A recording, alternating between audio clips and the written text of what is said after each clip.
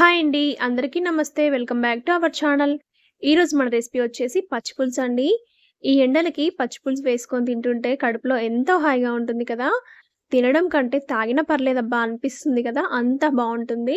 మరి ఇది ఎలా చేయాలో చూసేద్దామా? నేనైతే ముందుగానే చింతపండుని నానబెట్టుకొని పులుసు తీసి పక్కన పెట్టుకున్నానండి. మీరెంత చేయాలనుకుంటారో అంత చింతపండు తీసుకోండి. చింతపండుకి తగినంత కారాన్ని ఇలా ఎండుమిర్చిలాగా తీసుకొని స్టవ్ పైన కాల్చుకోండి. బాగా కాల్చుకోవాలి. ఇలా కాల్చుకోవడం వల్ల మనకి చారు టేస్ట్ అనేది చాలా బావుంటుందండి. ఇలా కాల్చుకున్న ఈ ఎండుమిర్చిని మనం తీసుకున్న పులుసులోకి చూడండి చేత్తో ఈ విధంగా నలుపుకుంటూ అంతా బాగా కలుపుకోవాలి.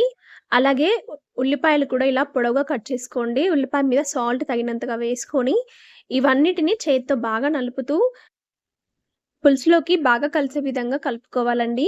ఇలా ఎండుమిర్చిని కాల్చి తీసుకోవడం వల్ల ఈ పులుసు టేస్ట్ అనేది చాలా బావుంటుందండి. చాలా అంటే చాలా బావుంటుంది.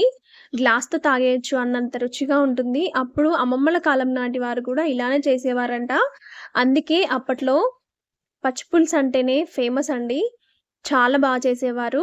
మీకు కూడా మీ అమ్మమ్మ వాళ్ళతో స్వీట్ మెమోరీస్ ఉంటే కామెంట్‌లో షేర్ చేసుకోండి.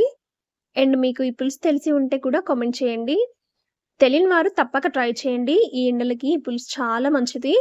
అండ్ నచ్చితే లైక్ చేయండి, షేర్ చేయండి. ఇలాంటి మరిన్ని రెసిపీస్ కోసం సబ్స్క్రైబ్ కూడా చేసుకోండి.